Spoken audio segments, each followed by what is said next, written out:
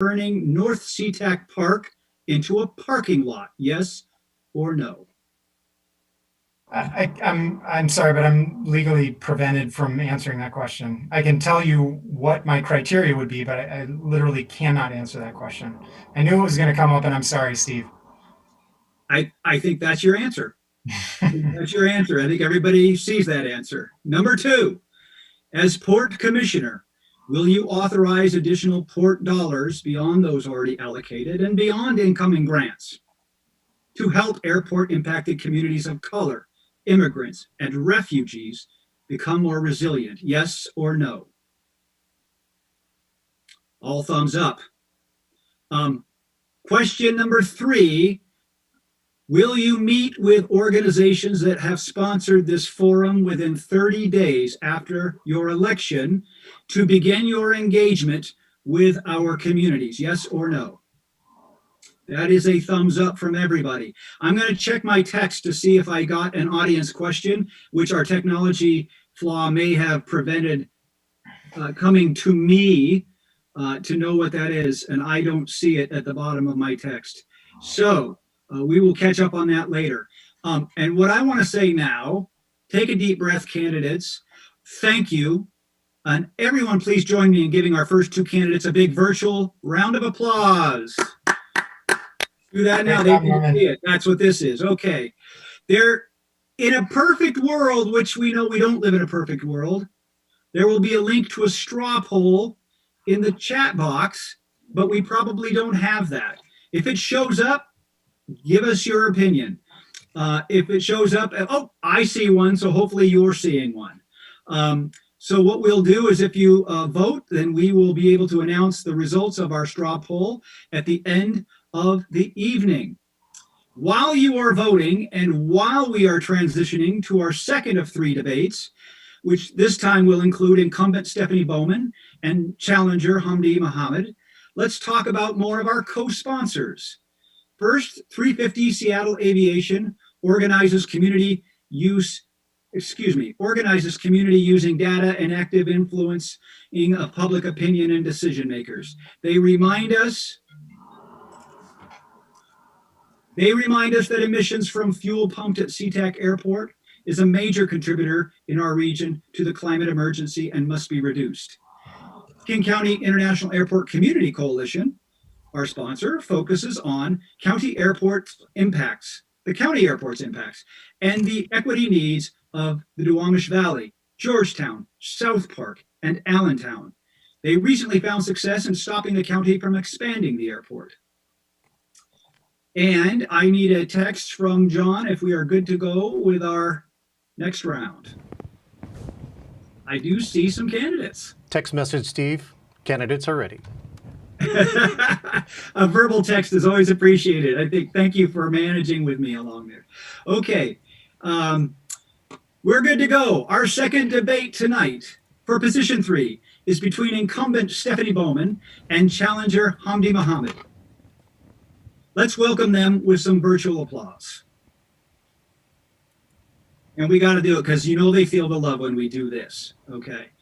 Candidates, here's the format for tonight's 35-minute debate. First, each of you will have 2 minutes to introduce yourself to the audience. Then 4 questions will be asked. You'll take turns being the first to respond. The first candidate will have 2 minutes to answer. Then the other candidate will have 1 minute to reply or comment. Then we will move directly to the next question. After these 4 questions, you will each ask your opponent a 5th question, and your opponent will have 1 minute to respond. Finally, your debate will conclude with a short lightning round of yes or no questions, signified by thumbs up or thumbs down. To remain on schedule, we want to have a clock timer on screen, but our tech may not be allowing for that right now, so I will do my best to be a timekeeper, and I'll give you a heads up on a 10 seconds remaining, and if we go beyond that, I will sort of say thank you for your answer, and that is the cue to stop. Okay, so finally, we are grateful that tonight's forum is being translated into 7 different languages. To make this work well, and this is a big problem for yours truly, speak slowly and clearly. if you can. Everybody clear? Good. Prior to tonight, there was a coin toss, and as a result, Stephanie Bowman will go first. Ms. Bowman, you now have 2 minutes to introduce yourself. Fabulous. Well, good evening, everybody, and thank you so much for making the time out of your busy schedules and time with family to be here tonight to learn more about the port and how it impacts all of our communities. My name is Stephanie Bowman, and I've served on the Port Commission for about 6.5 years. I'm a proud resident of Beacon Hill, where I've lived for more than 14 years. I tell people frequently that while I don't live in an airport community, I live in an airport impacted community. And I've spent my time on the Port Commission being a strong advocate for all of those impacted by airport operations. During the day, I serve as the executive director of Washington ABC, a statewide nonprofit that works with low income communities to help them build assets in order to move into the middle class and alleviate poverty. I've done this work for 10 years. It's a core to who I am, and I bring these values to the Port Commission. I know that we have a lot of impacts throughout the region, and I believe it's part of our mission to alleviate those impacts, build up communities, and help them move forward. I've really appreciated over my time on the Commission all of the community input that you've had in helping us do a better job as commissioners. We don't always get it right, but your voices are heard. I appreciate all of those of you that have showed up to commission meetings, have emailed and called over the years, expressing your concerns with the airport. It's helped us to get better, but we have a long way to go. The commission that you have now is very committed to sustainability and environmental justice and social justice. We have a lot of new programs that we've committed to over the years, and I'm thrilled to carry those things forward in my next 4 years as your Port Commissioner. I appreciate that we're having a debate tonight about the most important issues facing this community, and I'm here to listen as much as I am to talk. So thank you very much for your time, and I'm glad to be here. Thank you very much, Ms. Bowman. Ms. Mohammed, you have 2 minutes to introduce yourself tonight. I think you're on mute. Oh, there it goes. There we go. Is that the organizers have to unmute me. Well, hi everyone. My name is Hamdi Mohammed. My pronouns are she and her. And first, I just want to give a special thank you to the organizers of tonight's event. As one of the only campaigns in the nation to launch with multiple languages, over 10 languages, including ASL, I want to salute you for being intentional about the importance of accessibility for our communities. I hope to include language access as part of the Port Century agenda, its strategic plan. We don't have to wait another century to do that. And again, I want to say thank you all for organizing this and for giving me the opportunity to share my candidacy for the Port of Seattle Commission Position 3. I'm honored to share that our Port for the People race has been endorsed by so many of our local unions, which in total make up over 100,000 members from all walks of life. Also, the endorsements from the Washington Conservation Voters and over 50 elected officials, including so many of our leaders from the airport community. A little bit about myself. I came to the US when I was 3 years old. And one of my first ports of entries was at SeaTac Airport. And growing up, I watched my mom juggle her job at that same airport. And today I live in SeaTac, 1.5 miles away from that airport with my husband, and am a proud member of the South King County community and have dedicated my life to public service, helping families, small businesses and communities, both at the local level and at the federal level. I serve as a policy advisor for King County and advise on the county's $12 billion budget. I've managed millions of COVID-19 response funds that went directly to our community-based organizations. And why I decided to run for the Port of Seattle Commission, it's for a couple of reasons. One, due to the lack of regional representation, the port's operations significantly impact cities in South King County, and currently none of our port commissioners live in that area. We are a community that is hit the hardest by environmental and economic decisions made by the port. And secondly, I want to be able to bring my expertise in equitable economic development and job creation to the Port of Seattle in such a critical time for economic recovery. Thank you all, and I'm looking forward to answering questions tonight. Well, thank you very much, Ms. Mohammed. We will now move to our 4 questions. And I know that we'll need to make sure that Sheila is available on screen. I will provide the preamble while we do that transition. The first question for the candidates is from Quiet Skies Puget Sound on the subject of public health and SeaTac Airport operations. The question will be asked by Sheila Brush, Quiet Skies founder. Because we're taking turns, Ms. Mohammed, you will be responding first to this question, and you'll have 2 minutes. Sheila Brush, the floor is yours. Just last December, Public Health Seattle and King County produced for the Washington legislature a 96-page report titled Community Health and Airport Operations Related Noise and Air Pollution. The report directly addressed the health of communities within 10 miles of SeaTac Airport, over 600,000 people. The report recognized that over 50% of the people in King County identified as Black, African American, Hispanic, Latino, Native Hawaiian, Pacific Islander live within 10 miles of the airport. These same communities have higher poverty levels than the rest of the county, lower reading standards, and lower graduation rates. Nearly 25% are immigrants. With a focus upon the vulnerable populations, the report identified noise and air pollution from airports operation as causal.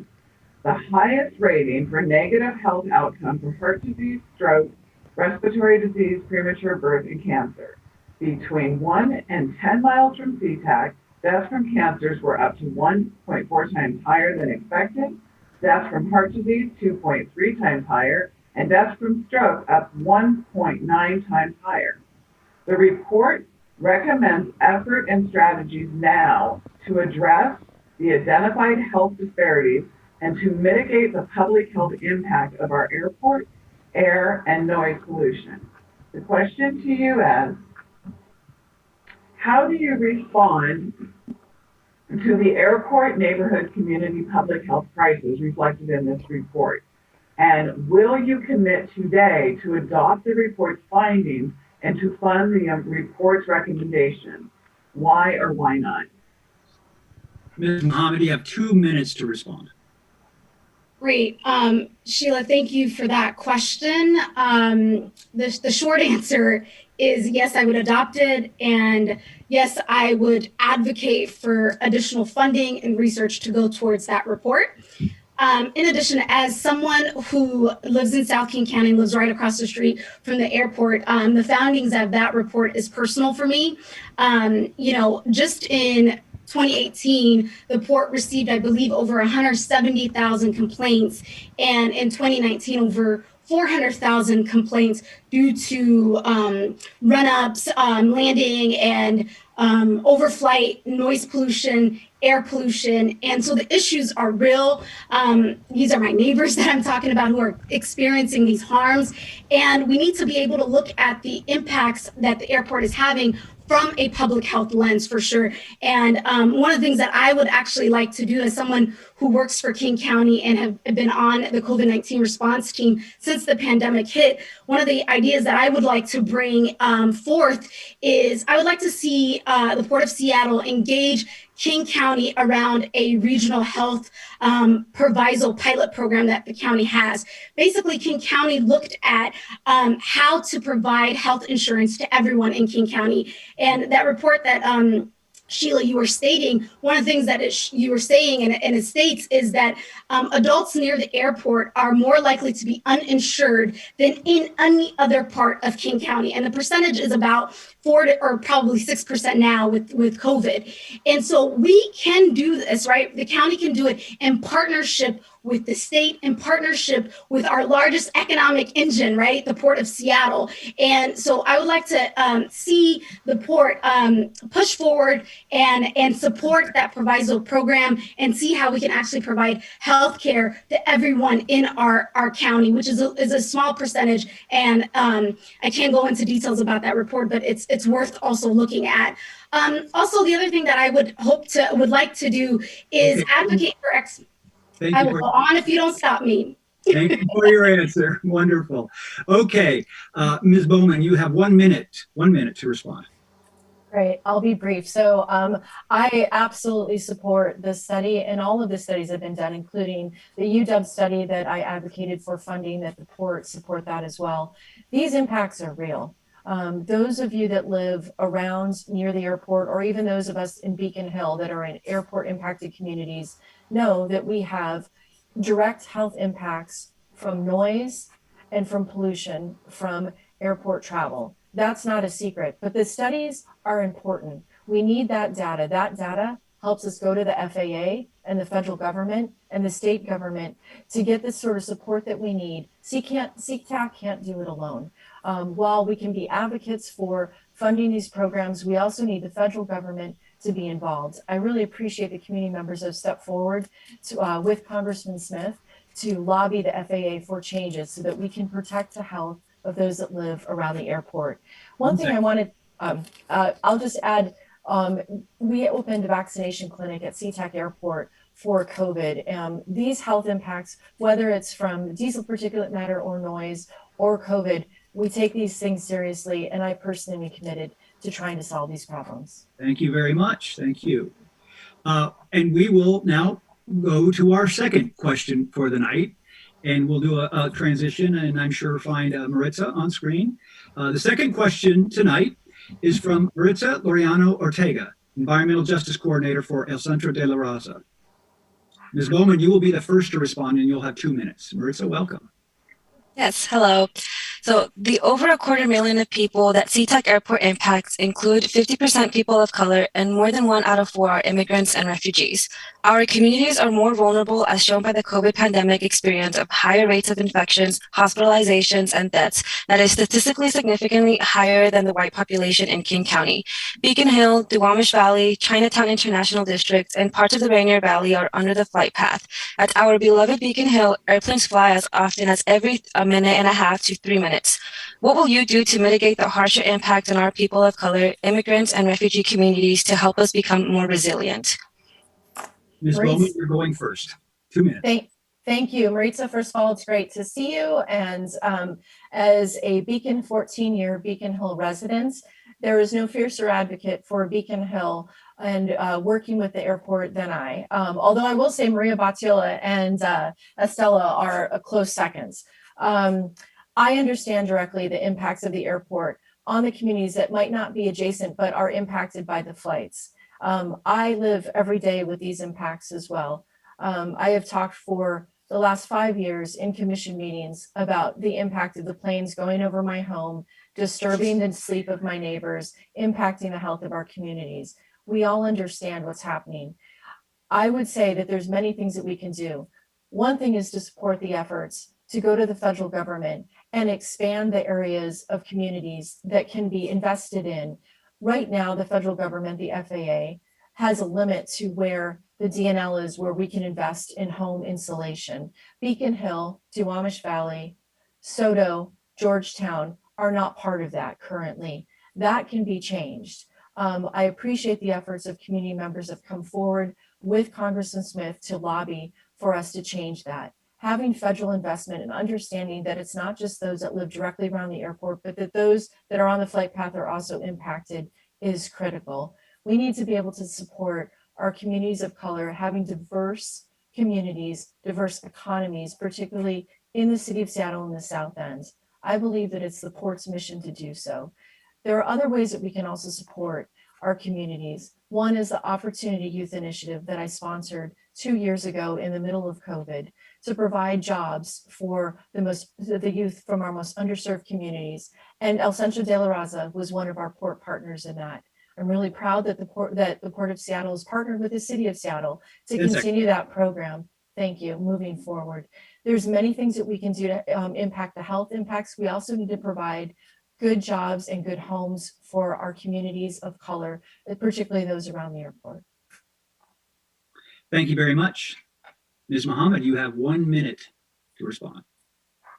Yeah, this is such an important question. I mean, Beacon Hill is defined as a near the airport community. However, I definitely challenge that. There are reports that show that over 70% of airplanes that are landing at both SeaTac and King County Airport go over Beacon Hill. And so what are the things that I hope to do is include Beacon Hill in upcoming studies. I think it was a missed opportunity to not have the Beacon Hill community included in the Department of Commerce study in 2020 that really laid out a lot of the issues that we are seeing in South King.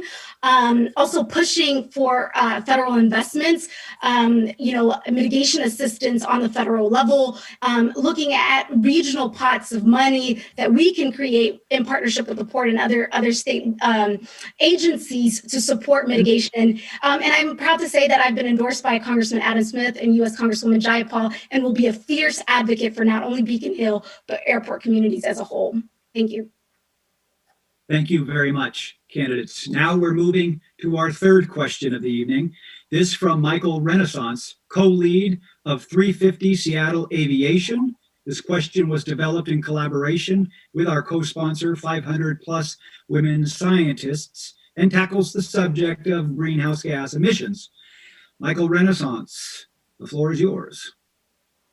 Good evening. Thank you both for being here. Firstly, much of the Port of Seattle Scope 3 emissions result from the cruise industry. Scope 3 emissions are secondary activities that contribute to the overall emissions of an entity. For example, nearly 85% of Seattle's cruise passengers take flights through SeaTac to get to cruise ships. In 2019, around 600,000 round-trip flights are attributed to this. When cruise ship emissions and the emissions of their associated flights are counted, the climate pollution equaled about 1/3 of the pollution of the city of Seattle for 2019. In addition, the port's attempt to meet Goal 4, Objective 9 of its Century Agenda using alternative fuels to reduce CO2 by obtaining mixed biosource methane, so-called renewable natural gas, with existing fossil fuel violates Objective 11 to reduce air pollutants and carbon emissions. RNG is a potent greenhouse gas that's 86 times more powerful than carbon dioxide. It's a health hazard producing smog pollution, noxious gas, and fine particles. Lastly, the port's proposed expansions of these industries will only compound noise, air, and other environmental pollution. The economy is important, but not at the expense of our health and well-being. Recognizing that we need job creation and retention, how are you committing to reducing greenhouse gas and other fine particulate emissions at all port industries? If you are not committing to reducing greenhouse gas and other fine particulate emissions, how do you justify your complicity as a public official in destroying the environment, the planet, and negatively impacting public health? Ms. Mohammed, you will go first. You have 2 minutes to respond. Thank you, Renaissance, for that question. It's one that is layered, and the short answer is I am very much committed to reducing emissions and even pushing further on the port's goals around reduction by 50% by 2030. We have to do everything we can to address climate change. It is a crisis, and we have to act like it is a crisis. In the same way that we saw the response to COVID-19 and putting up testing sites all over this region and pouring money into it, we need to be able to do the same thing with the climate issue as well. In regards to cruise, I would say, we really need to look into limiting the cruise ships in our region, right? It is an existing problem. I understand it adds a lot of dollars into our economy, but I'm more of a stronger advocate for Terminal 46. Commissioner Bowman knows this, advocating for Terminal 46 to even be a cargo terminal as opposed to a cruise terminal, or looking at repurposing it for ferry terminal, right? And helping support our transportation in our region, right? And so electrifying our port is a top priority for me. investing in things and looking at opportunities around high-speed rail is some of the things that I would like to see. Investing in more solar panels and high capacity shore power is what I would like to look into and push forward. We need to invest in mobile charging stations and other emerging technologies that we are seeing come online. And so I'll advocate for that. And there are so many community experts who I hope to be in partnership with in helping address this very important issue. Thank you. Thank you. Ms. Bowman, you will have 1 minute to respond. Thank you. Well, so can I first like to do a call out to the 500 women plus scientists? Awesome. Thank you for the question. It is the fundamental question of our time, and it's the fundamental question that faces every port commissioner. How do you have operations at the airport, at the seaport, at Fisherman's Terminal? How do we support the marinas and still make sure that we are reducing emissions at every single stretch? Yeah, I think for me, there's 3 ways to do it. We talk about carbon reduction, carbon sequestration, and energy efficiency. By focusing on those 3 areas, we can create more than 5,000 jobs at the Port of Seattle over the next few years. It's not one or the other. It doesn't need to be the environment versus jobs. We can have both. Let me talk very quickly. Carbon sequestration. We've got a lot of efforts underway, both particularly at the seaport. One will be announcing tomorrow, our Blue Carbon Initiative with oyster beds. Okay, I'll have to be really fast. Sustainable aviation fuels at the airport, preconditioned air so that our airplanes can plug in, shore power and marine terminals. These are all ways to reduce our carbon footprint. Electric drayage trucks. There are many, many things. I wish we had more time to discuss them. Well, thank you for your answer. I wish we had more time. One note that I am getting, and I've got it several times tonight, about me and about us, and that is because we are translating into 7 languages. The slower we talk, the better your message is communicated. And that's hard because of these time limits. So somehow we are going to have to try to manage through that.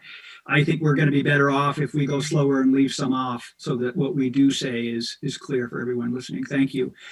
We are ready to move on to our 4th question, and it will be asked by Paige Robertson, who is affected by living under the flight path and is an informed climate and justice advocate. Paige, the room is yours. We understand that air and noise pollution from airplanes already harm our parents and us and the planet. We are learning that SeaTac Airport wants to expand so it can service the 40% increase in takeoffs and landings. Why would you want to do that when it is already harmful to our health and the planet? And what will you do as Port Commissioner to prevent the added harm and tell us you care about our generation who has to live with all this mess? Ms. Bowman, you are first. This time you have 2 minutes. Excellent. Thank you so much. And thank you for the question. And I'll try and speak more slowly. Let me start with the fact that there are many ways to think about air travel. And one that I have advocated for since I've been on the Port Commission is looking at both another regional airport, with Senator Kaiser has proposed, although what I think is actually a better solution is looking at using the existing 270 airports that we have in the state of Washington and creating a regional system as they have in California, so that the impacts are not just solely concentrated in South King County and in those communities near the airport. We have an opportunity to create a system where more communities are sharing that impact and still support the traveling public to the extent that it's still there. I would say moving forward, that sort of a system needs to have a regional authority that is not the Port of Seattle, but is made up of community members, hopefully those appointed by the governor and other electeds around the region. Looking forward, regardless of what we do, whether we have a second regional airport or SeaTac remains the main airport for our region, the fundamental thing that we need to do is to look at every aspect of our operations and reduce its footprint. We have an opportunity in every single thing that the port does, whether it's replacing the windows at the South Satellite, which are 40 years old and would be a energy efficiency project, which I just mentioned earlier, whether it's carbon reduction putting in preconditioned air so that the airplanes can plug in, so they're not emitting harmful emissions for those workers on the airfield. We have dozens and dozens of opportunities. I'm proud of the ones that we've had put into the Port of Seattle, but we have so many more to do. Thank you, Steve. And thank you. And Ms. Mohammed, you now have 1 minute to respond. Thank you for the question.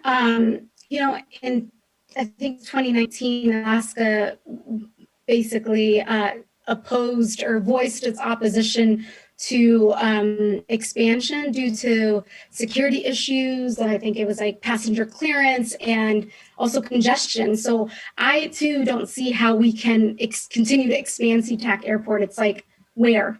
But I do think and support a second airport. And I think looking at rural areas, places like Moses Lake area would be, a potential location. Constructing high-speed rail from King County to one of those rural location would be smart. Knowing that a lot of the supplies that we are shipping is cargo and is going from headed to Eastern Washington, it makes sense to consider that as a location.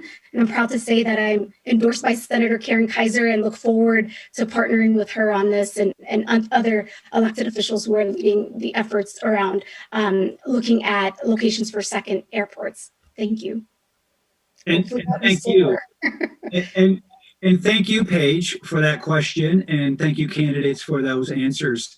This concludes the first 4 questions segment of the debate. Now it's time for a 5th question, a question that each of you ask to the other. You'll have up to 1 minute to frame your question, and your opponent will have 1 minute to respond. Ms. Bowman, you are the first to ask a question. Oh, terrific. Well, I think it's a question that's important for all of us. Hamdi, you may know that every few years, approximately 5 years, we have the signatory lease agreement with our airlines, which really outlines how the rates of charges and how they would operate at the airport for the next lease period. What specific requirements would you have of the airlines in the next SLOA agreement? Ms. Mohammed, you have 1 minute to reply.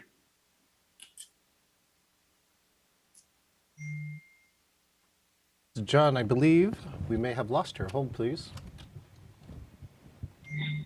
It's another cliffhanger. We've already had one tonight where we lose some tech. Right when the question is asked, it's actually not a bad place to leave it while we have a glitch. Yes, I believe she lost connection, Steve. Would you like to continue? Thank you. Well, the next round, if we are continuing past this question, I'll tell you what we could do, Commissioner Bowman, is, let's see, you asked your question and you have not been asked a question. So I think we could go potentially and ask you 3 lightning round questions, because these are just yes or no's. And we would get your response. And if Ms. Mohammed gets back in the game here, we will be able to have her jump in as well. And it's fortunate that we're virtually at the end of this segment of the debate. So we just about pulled it off. So let's do that. Yes is a thumbs up, no is a thumbs down. We can see it on screen. And here's question number 1 in the lightning round. Will you, as commissioner, support the Port of Seattle and SeaTac turning the North SeaTac Park into a parking lot? Yes or no? Well, I'm not sure if the moderator was aware, but we're legally not allowed to answer that question as city and port commissioners. However, may I say that my personal values do not reflect cutting down trees. My personal values are around supporting urban forests. And my personal values are not around building more parking. And I see Ms. Mohammed has rejoined us. I am actually, if it's okay with you, Commissioner Bowman, I think that we got your question asked, but we lost we lost you, Ms. Mohammed. If it's okay, would you re-ask your question? It wasn't a long question as framed. Can we back up and do that? And then maybe what we can do is just have a shorter version of the response, and then we'll jump into the lightning round. We'll kind of catch up. Would that work? Okay. Sure. Can you re-ask your question, Ms. Bowman? Sure. So every 5 years, we have our lease agreement with the airlines, known as a signatory lease operating agreement. If this outlines how we operate with the airlines over a 5-year period, their obligations in terms of rates and charges, and our obligations to SeaTac Airport. What specific things would you include in the next SLOA? And why don't we see if we can get an answer with around 30 seconds, and we'll get back on track if you have one. Awesome. So a 30-second sort of short response to that. By the way, I got put in a breakout room. But the short answer is, working with the airlines is going to be a significant part of the job, and ensuring that those airline businesses are in protecting workers will be center in my advocacy, ensuring that they are considering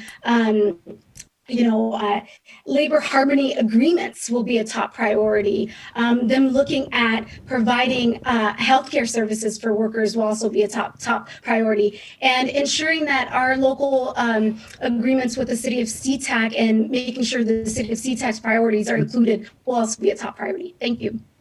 Well, thank you, and thank you for jumping back in from the breakout room and getting us back on track. It's now your turn to ask a question of Commissioner Bowman.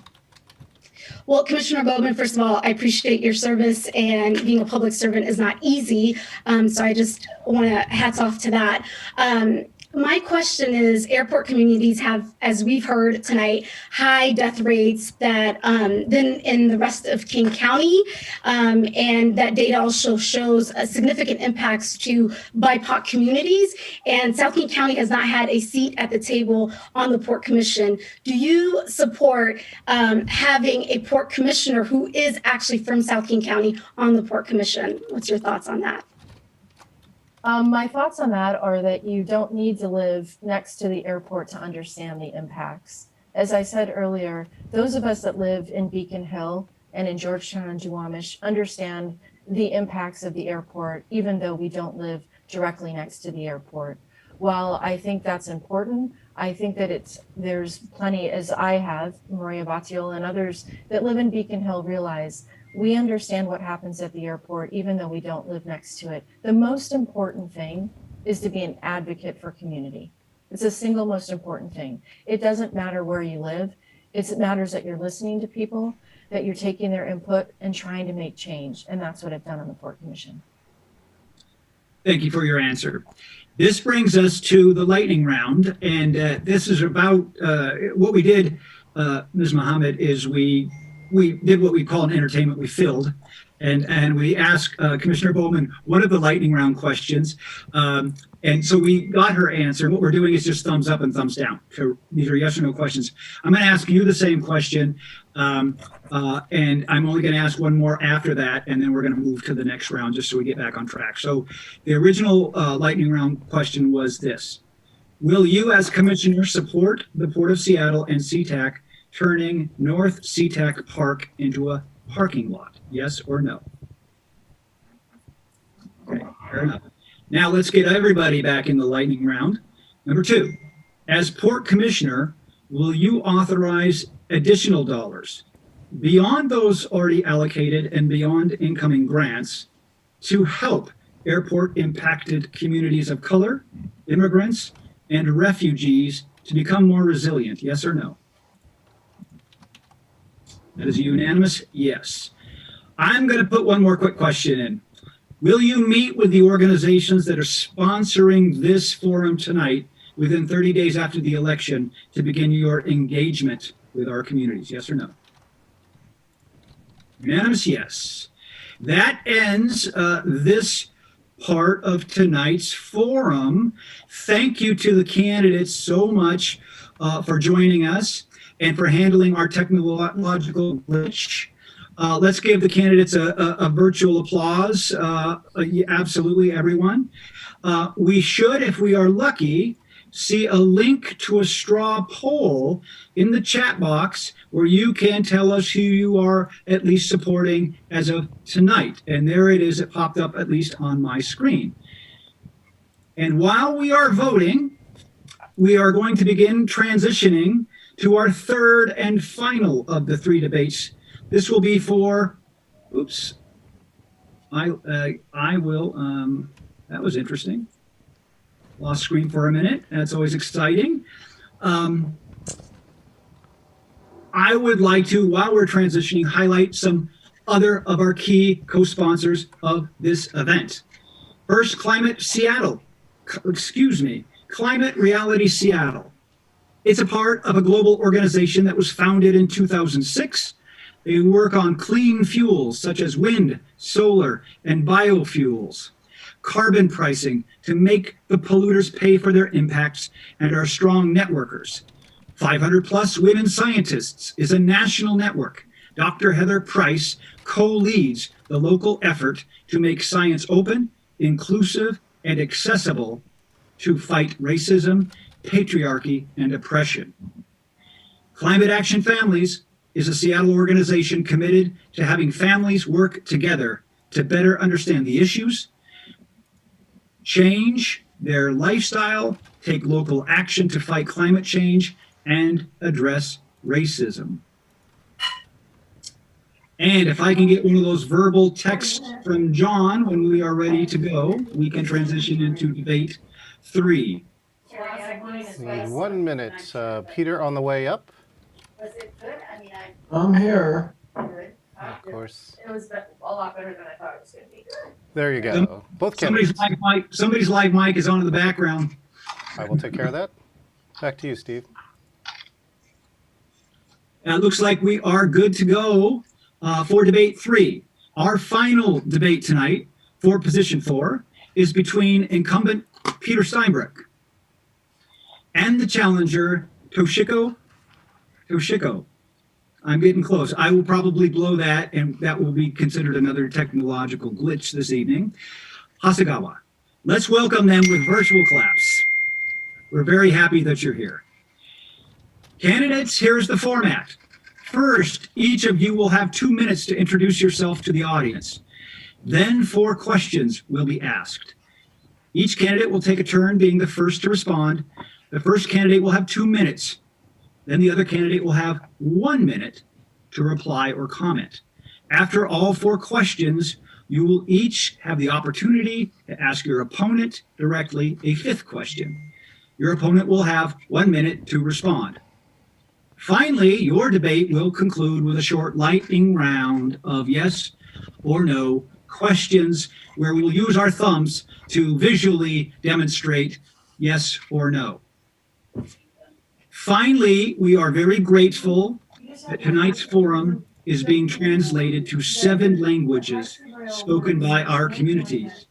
To make this work well, and I am the prime offender, we need to speak slowly and clearly so those answers that you provide can be translated effectively. Everybody clear? We're good.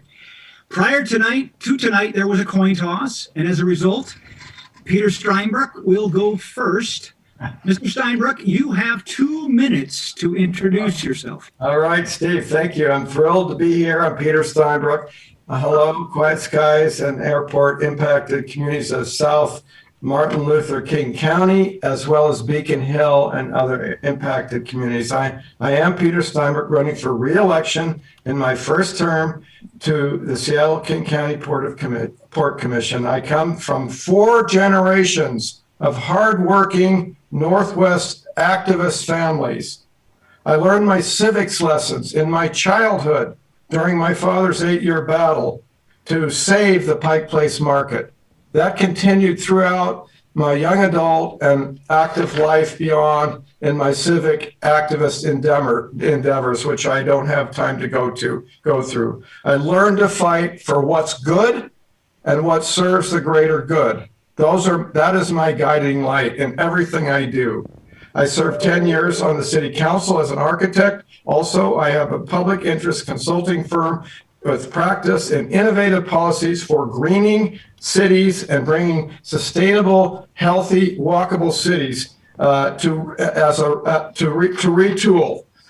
And I bring strong ethical leadership, transparency, and broad public policy to the Port of Seattle. One of my key goals has been to engage South King County residents and small businesses more fully in the mission of the port, and us more fully in the needs of our South King County communities that are impacted particularly by the airport area impacts, which I will not deny.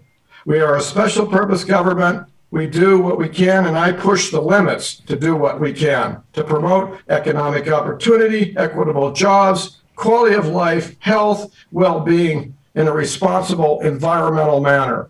That is my driving purpose. Thank you. And thank you. Ms. Hasegawa, you have 2 minutes to introduce yourself to the audience tonight.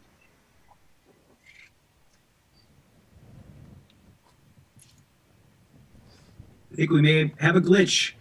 Do we have the candidate? Sorry, I needed to be unmuted. I can't unmute myself.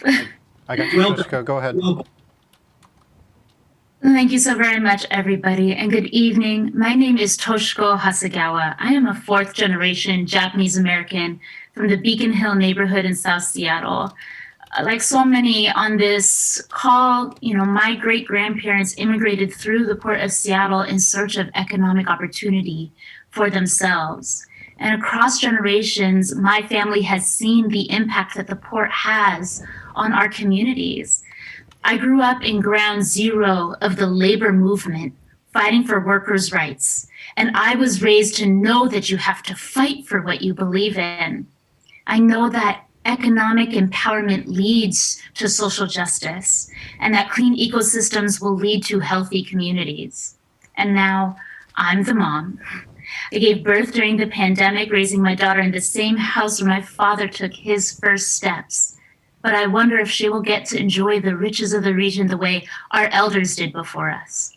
And as the director of a state agency serving historically marginalized communities, I know the dire impact the pandemic has had on us, and the port has a huge role to play in answering to the compounding public health, environmental, and economic crises of our time.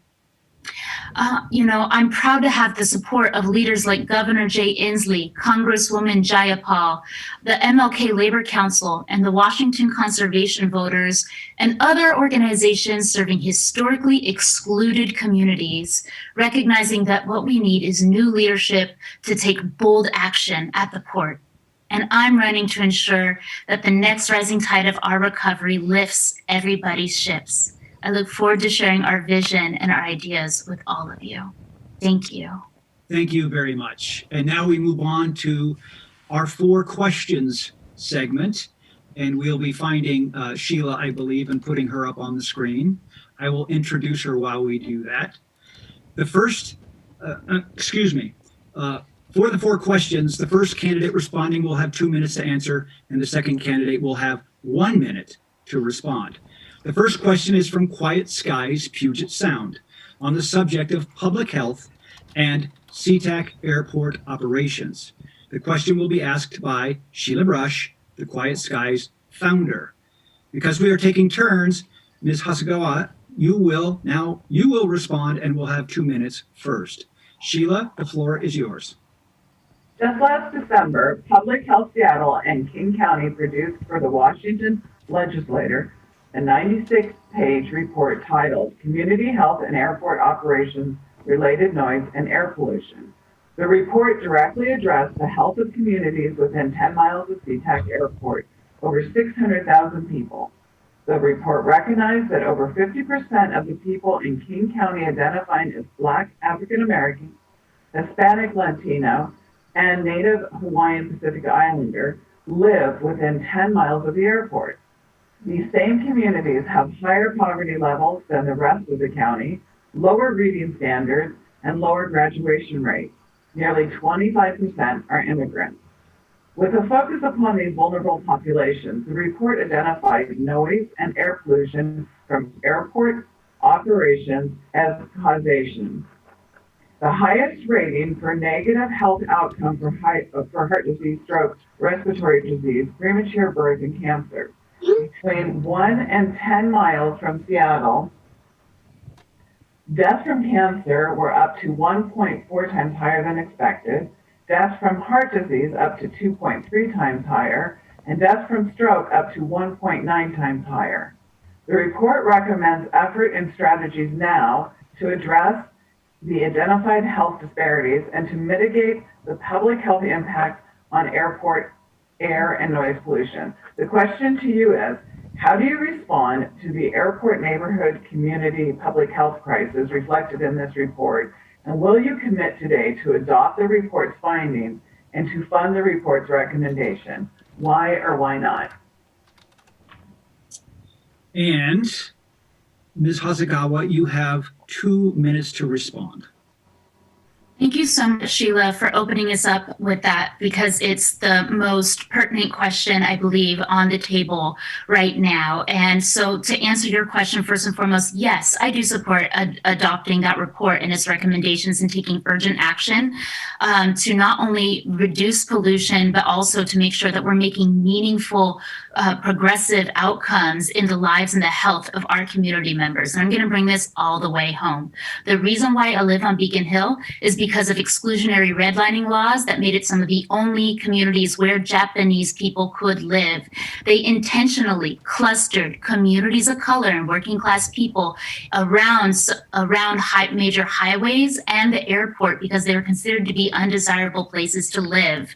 And now we understand that there are actually, the UW just also issued a report measuring the impact of ultra fine particles on our livability. So not only higher cancer rates and higher infant mortality, higher incidence of asthma, and you're talking to somebody who grew up with childhood asthma, and my mom had it late onset, and we thought it was hereditary.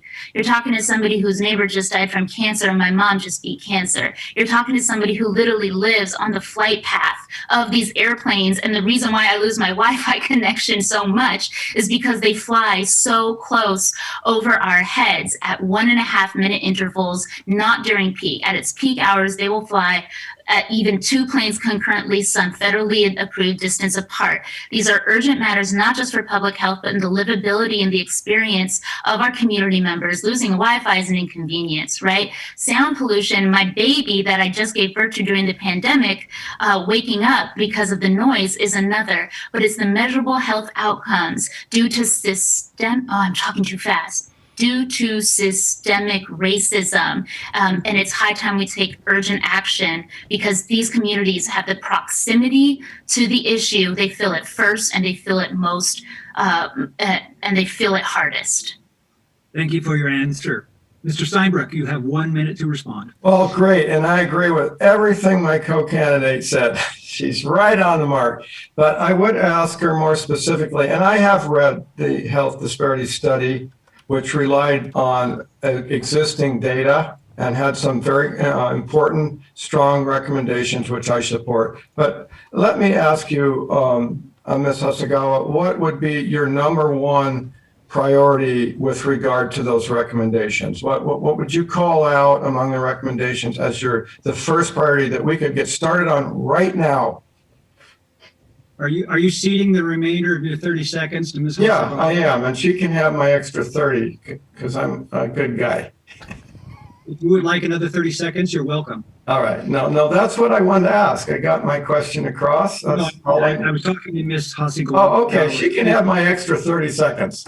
We just have to unmute her, I think. Yeah, I understand the power to unmute myself. Well, first of all, I'd like to acknowledge that all of us are on stolen land, and it is the tribes who are the original caretakers of this land with the wisdom on how to be able to restore its vitality. So I would like to, the first and foremost, the thing that we do as we get to work on cleaning up our ecosystem and cleaning up our air is sending a memorandum of understanding with the tribes that will codify when and how often and on what sort of projects we partner with them on in order to make sure that we are revitalizing our mother, the giver, Earth. Thank you very much. Okay, Thank you. We're going to move on to our second question. If we have Maritza available on screen, I will make this introduction to the second question. It's from Maritza Laureano Ortega, Environmental Justice Coordinator for El Centro de la Raza. Mr. Steinbruck, you will respond first, and you'll have 2 minutes. Maritza, welcome. The floor is yours. Yes, the over 250,000 of people that SeaTac Airport impacts include 50% people of color, and more than 1 out of 4 are immigrants and refugees. Our communities are more vulnerable, as shown by the COVID pandemic experience of higher rates of infection, hospitalizations, and deaths that is statistically significantly higher than the white population in King County. Beacon Hill, Duwamish Valley, Chinatown International Districts, and parts of these Rainier Valleys are under the flight pact. At our beloved Beacon Hill, airplanes fly as often as every minute and a half to 3 minutes. What will you do to mitigate the harsher impact on our people of color, immigrants, and refugee communities to help us become more resilient? Thank you for the question. Mr. Steinbruck, you will go. Sure, Maritza, thank you I'm sorry. Just, Mr. Steinbruck, hang on just 1 second. Okay. I'm getting texts that we're all, me and everyone, talking too fast. Oh, okay. I'm sorry. I apologize. It's not just you, and it's everybody. It's the shortness of time that we feel, We're going to pressed. focus on, what do we say? We're going to focus on quality and not quantity. How about that? Now you have 2 minutes, Mr. Steinbruck. Take it away. Hola, Maritza, ¿cómo estás? Pleased to meet you, and thank you for the question. I am deeply committed to working to address the disparities that are deep, broad, and historical. And it's why, for one, in the first year of my election to the Port Commission, I initiated the South King County Community Equity Fund to support airport impacted communities. We have revisited that program to expand it to support including Beacon Hill, which originally it was focused on South King County. And I did that. No one else thought of it. Nothing this size has ever been done before. And no, it is not a one-time fix.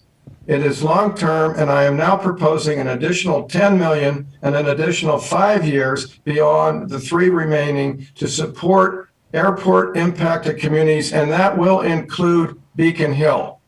We know of the disproportionalities. The facts demonstrate that. The data shows it, and we have to do much more. That is my solemn commitment to you, to El Centro de la Raza, and all of the communities on Beacon Hill, as well as all of the communities in South King County, which is why I am particularly pleased to be working with Quiet Skies and the communities represented here to identify specific concrete solutions, such as what was recommended in the health disparity study. That I'm sorry I didn't hear my co-candidate respond directly to those recommendations. I had hoped to hear what she thought was the highest priority, but I didn't hear that from her. And I would like to know. 10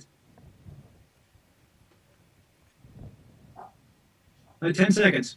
Okay, I'm sorry. So I am pushing for another 10 million, 5 more years, which would take us out 8 more years to continue the work to support the communities, largely communities of color, disadvantaged, that have been impacted environmentally by the effects of the airport and all of the other causal relationships that we know to exist that have created these disparities. And thank you. And Ms. Hasagawa, you have 1 minute to respond. Well, an equity-centered approach means empowering the voices of people who have been disparately impacted by the port operations. And so I think first and foremost, we need to make sure that we are implementing the list of demands that were made by community, which includes incorporating a policy from the Port Commission that will require both a racial impact statement and an environmental impact statement for every single proposed project. The port has expanded its operations. It's tripled in size since the 1970s. You know, it's the SeaTac Airport itself has the highest growth in aircraft movements in the nation, and at almost 22%. And so, you know, as we're making sure that if we are going to continue to accommodate the demand in air travel is not sustainable when it comes at a human cost. And that human cost is literally death and infant mortality and higher incidence in asthma.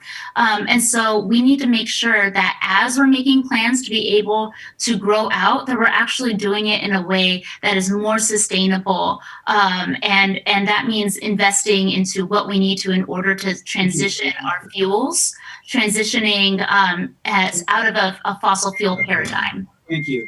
We're going to move now to our third question. Okay. And it is will be asked by Michael Renaissance, co-lead of 350 Seattle. The question was developed in collaboration with our co-sponsor, 500 plus women scientists, and tackles the subject of greenhouse gas emissions. Renaissance. Thank you both for being here this evening. Firstly, much of the Port of Seattle's Scope 3 emissions result from the cruise industry. Scope 3 emissions are secondary activities that contribute to the overall emissions of an entity. For example, nearly 85% of Seattle's cruise passengers take flights through SeaTac to get to cruise ships. In 2019, around 600,000 round-trip flights are attributed to this. When cruise ship emissions and the emissions of their associated flights are counted, the climate pollution equaled about 1/3 of the pollution of the city of Seattle in 2019. In addition, the port's attempt to meet Goal 4, Objective 9 of its Century Agenda using alternative fuels to reduce CO2 by obtaining mixed biosourced methane, so-called renewable natural gas, with existing fossil fuel violates Objective 11 to reduce air pollutants and carbon emissions. RNG is a potent greenhouse gas that's 86 times more powerful than carbon dioxide. It's a health hazard producing small pollution, noxious gas, and fine particles. Lastly, the port's proposed expansions of these industries will only compound noise, air, and other environmental pollution. The economy is important, but not at the expense of our health and well-being. Recognizing that we need job creation and retention, how are you committing to reducing greenhouse gas and other fine particulate emissions at all port industries?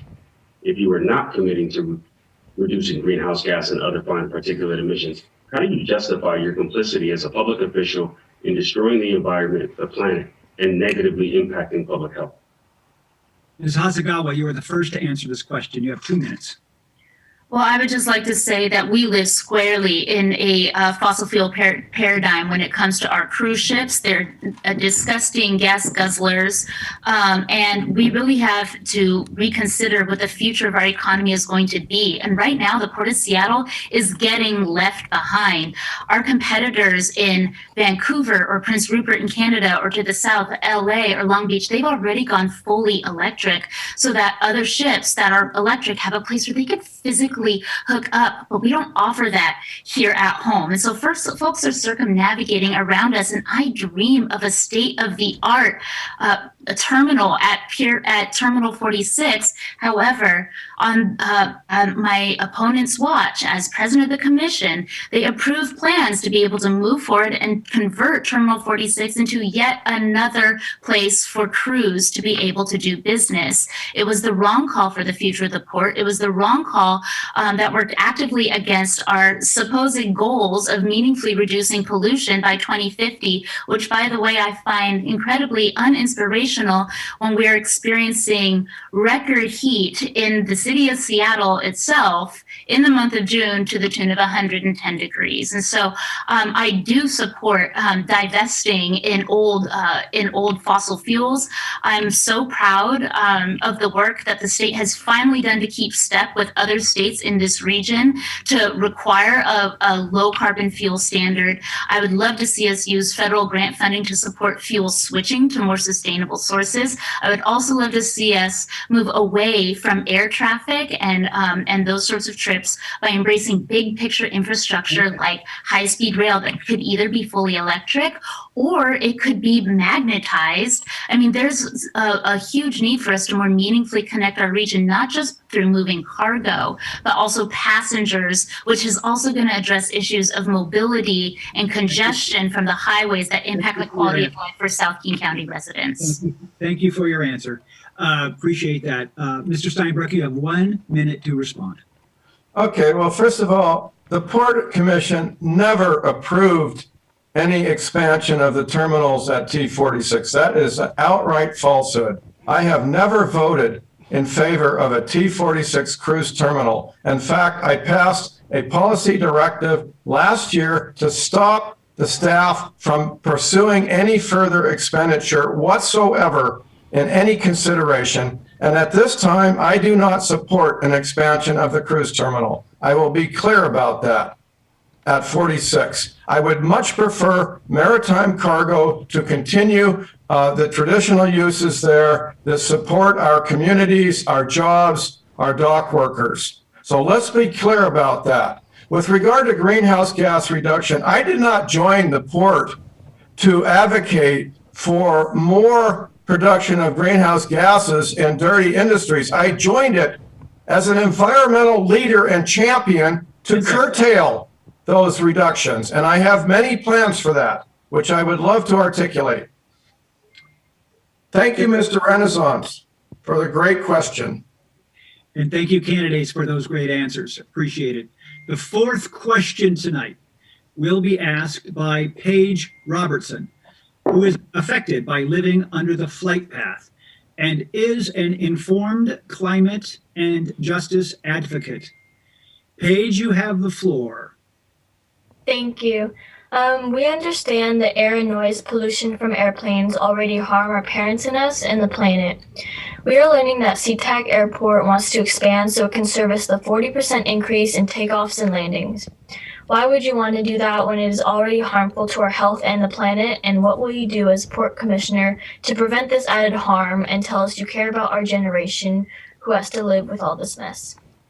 Mr. Steinbruck, you get 2 minutes. Let me just pause for a second so I can contemplate the question here. What would we do to curtail airport expansion? Is that the question? Okay, so airport travel demand is driven by travelers.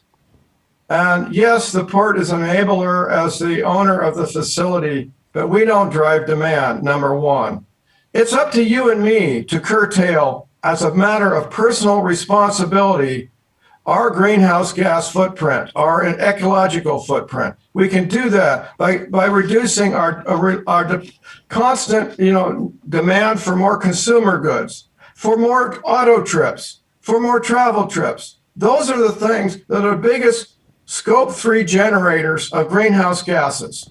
But the important issue, particularly here tonight, is the air pollution and noise impacts that impact disproportionately, I will absolutely acknowledge, on local airport communities. And I am working assiduously to address those impacts through an immediate set of strategies that I would love to have more time to share with you as to what we can do. Why I spent 8 hours listening to the Air Aviation Impact Summit, part 2 and part 1. Part 2, this last set, are the only elected from the airport, from the commission or candidates who did devote that time. So I can work hard to be responsive to our airport communities to do exactly what you're asking us to do, to find better solutions.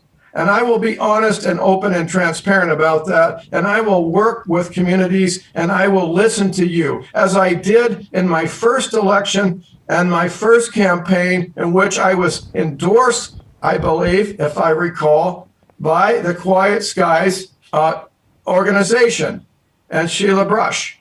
And I have worked assiduously to address these issues as a responsible elected, and I will continue to do so. Thank you. And thank you. And Ms. Hasegawa, you have 1 minute to respond. Well, I grew up on Beacon Hill, going down to the Duwamish and buying fish from the natives off the docks. I grew up watching the resident orcas in the Sound. And now the Green River is one of the most endangered rivers in the United States. We have disparate outcomes in education for our students, and it's all correlated to higher exposure to pollution. And so, I'm deeply concerned that whereas the current port commissioners will talk about how they want to be our champions, they will also approve or entertain the thought of clearing out some of the only green space that the city of SeaTac has in order to create space for a parking lot. It's the wrong idea, and it doesn't present the sense of urgency to address these issues that community has been screaming about. We've not been silent. We've not been missing from the conversation, but our voices have not been honored. Response? Nope, but you will get to ask a question shortly. Your dream will come true. You will be able All right, I'd love to respond to that one, so thank you. Now is the time for the fifth question. It's a question that each of you can ask of the other. You will have up to 1 minute to frame and ask your question, and your opponent will have 1 minute to respond. And Mr. Steinbruck, you are going first. Sure. Well, since this is Quiet Skies, and believe me, I believe everyone should have a quiet, peaceful night of sleep. All of us, every community, and all of us should live in healthy communities with clean air as an essential human necessity. And so I would ask my co-candidate, tell me what is defined by DNL and what is it used for, and what's the problem with it? What are the shortcomings?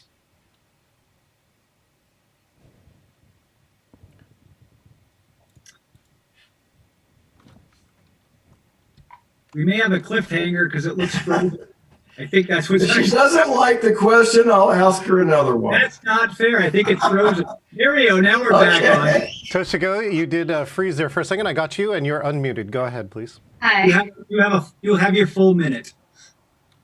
DNL for did not listen to community because it kept moving forward and expanded operations and tripled in size since the 70s, and without meaningful investments that would mitigate the impact for the folks in South King County. I lived in Burien for 6 years, and we would have to pause and having conversation because the planes were flying so close overhead that we literally could not hear each other. It's like, I understand that maritime and aviation have been created jobs that have lifted so many families like my own into the middle class.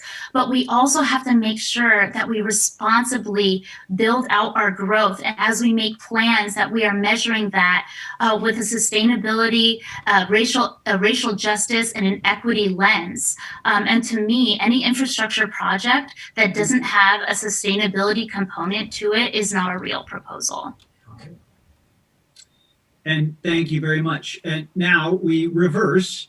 And Ms. Hasegawa, you may ask your question of Mr. Steinbruck. So, Peter, I live in the flight path, and I'm personally impacted by the sound and the air pollution. And understanding constructs of oppression and exclusion are critical to informing an equity-centered approach to addressing environmental justice. And in 100 years of the Port Commission, there has never been a woman of color ever to serve.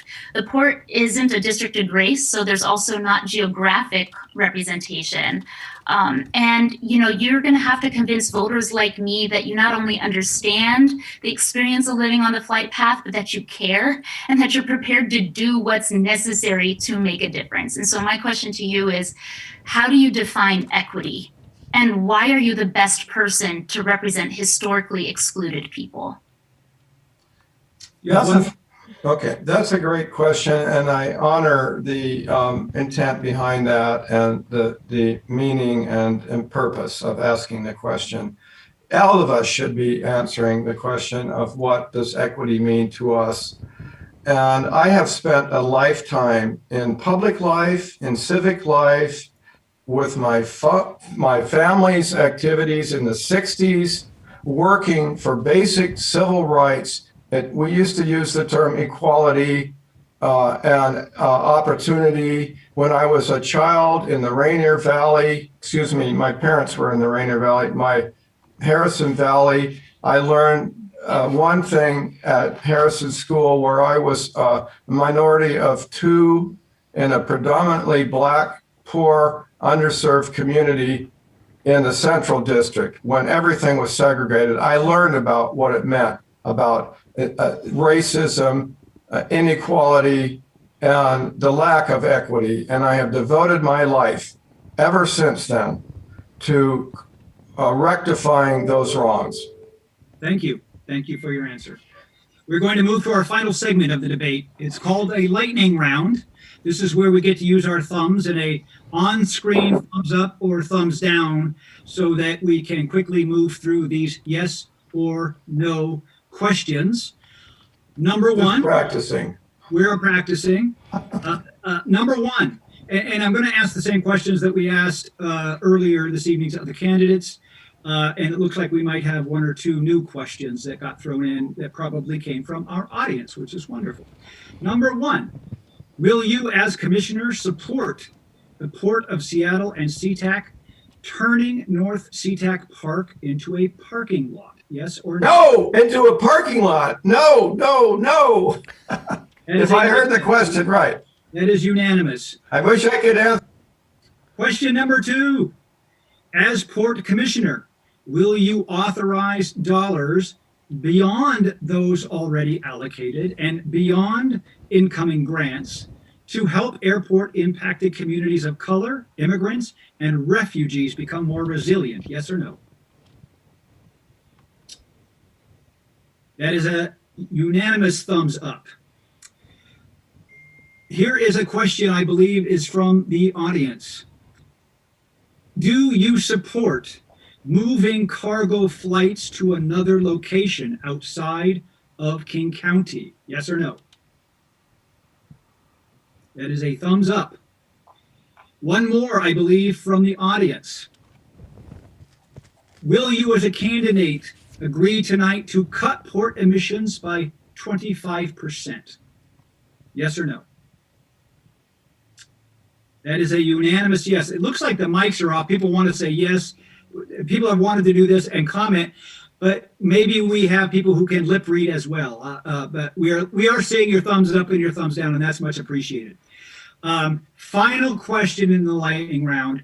Will you meet with the organizations that have sponsored this forum within the first 30 days after your election to begin your specific engagement with our communities? Yes, and I have been doing that consistently. Okay. Well, candidates, Commissioner Steinbruck, Challenger Hasegawa, thank you. And please, everyone in the audience, join me in thanking our position for the final two candidates for this evening's forum with a big virtual round of applause. And may I offer thanks to my co-candidate here for her courage and for her commitment to improving communities and her values that she's expressed. I wholeheartedly support them.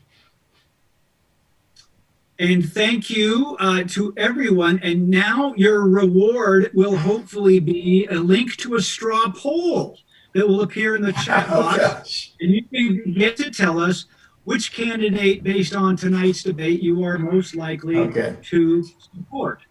And thank you again, candidates. What an informative evening this has been. We are so grateful for all of our volunteers and for our sponsors. But you know what? Wait, there's more. I am delighted, and I hope that we have Aurora on screen. If she is nearby on mic and on screen, I am delighted to introduce our special commentator for this evening's forum, Aurora Martin. Aurora is here representing the Duwamish Tribal Services Board.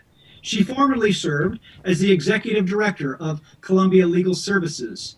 Everyone welcome Aurora. Yay.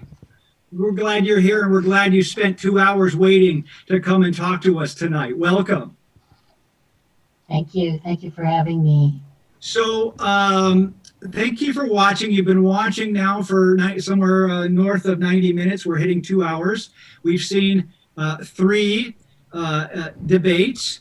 What are your general impressions tonight? What comes to mind first for you, having watched these debates? Well, first of all, I do want to emphasize the fact that I'm here as the friend and board member of the Duwamish Tribal Services and Advisory Council to the Duwamish Tribe. Just as Ken Workman started out with a blessing and a greeting on behalf of the Duwamish Tribe, I think it's very notable that the Port of Seattle, whose namesake comes from Chief Seattle, the maternal tribe of the Duwamish, it's incredibly important that when we think about equity, when we think about economic inclusion and resiliency, and the fact that the Duwamish River is one of the top Superfund sites that the Port of Seattle has jurisdiction over, the Duwamish people are still here, and the fact that they are still unrecognized to this day as a treaty tribe is a lot of.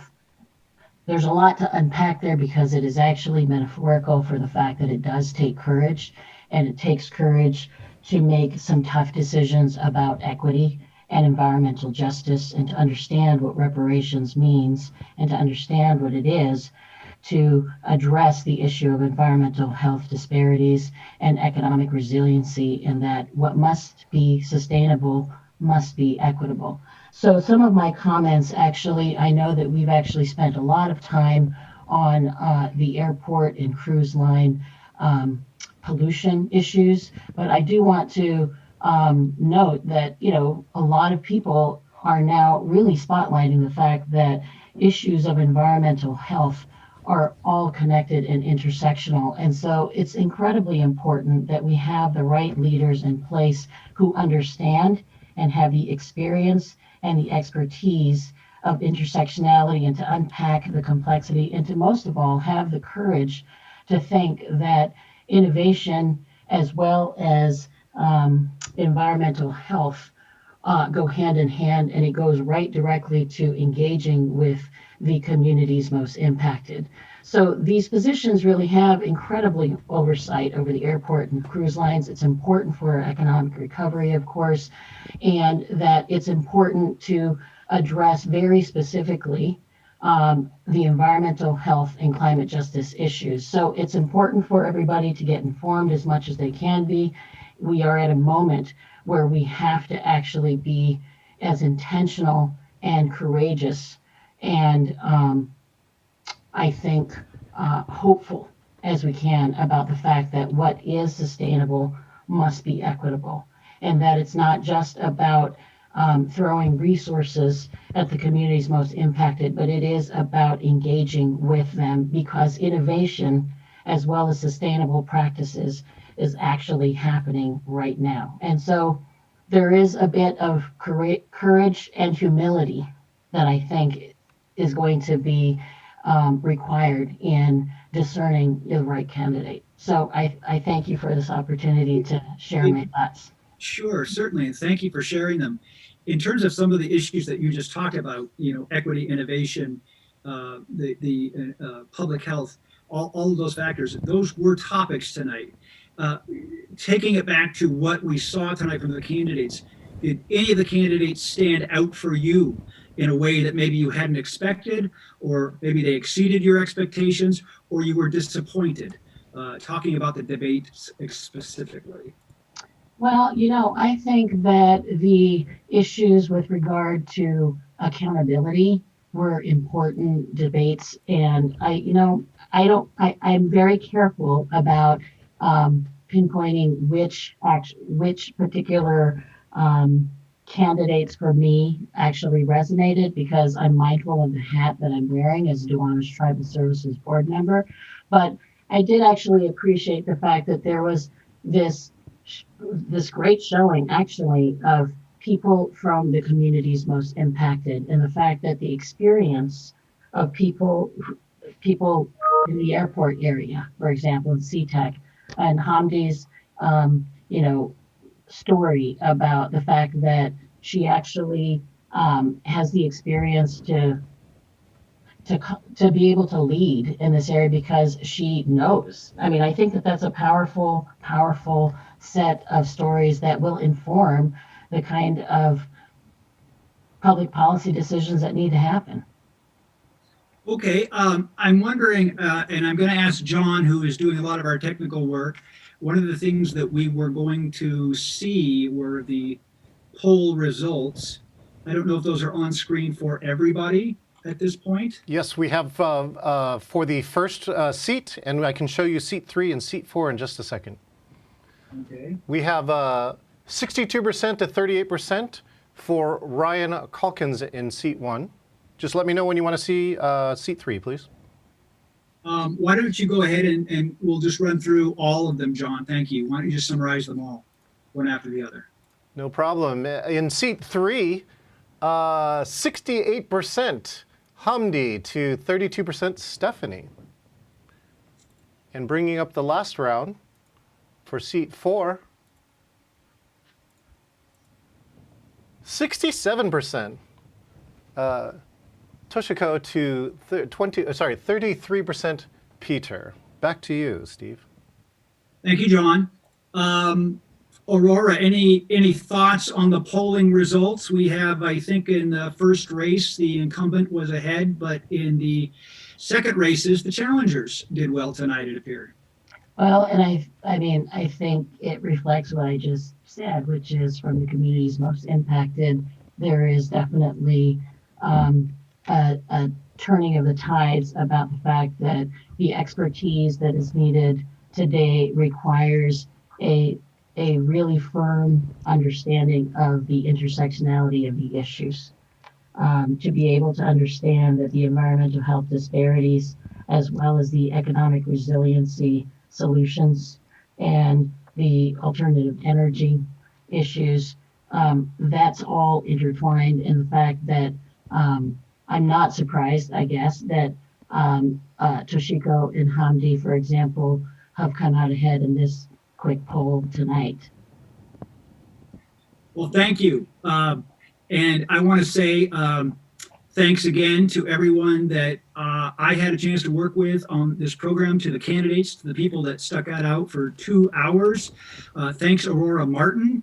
And I think we're probably in better shape now than we were 2 hours ago as far as assessing the issues that we have to think about very critically for these upcoming important elections. Sheila and Maria, are we ready to close out the program? Yes, quickly, I'd like to thank everybody for coming. It's very exciting. We've learned a lot. We need to think a lot. And of course, to the candidates, thank you for your courage and the best to each and every one of you. Thank you also, Steve, for a wonderful moderating and keep us on track. Sheila?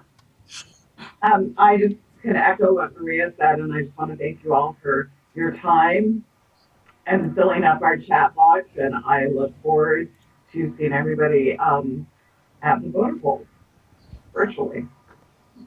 Thank you. Thanks, everybody.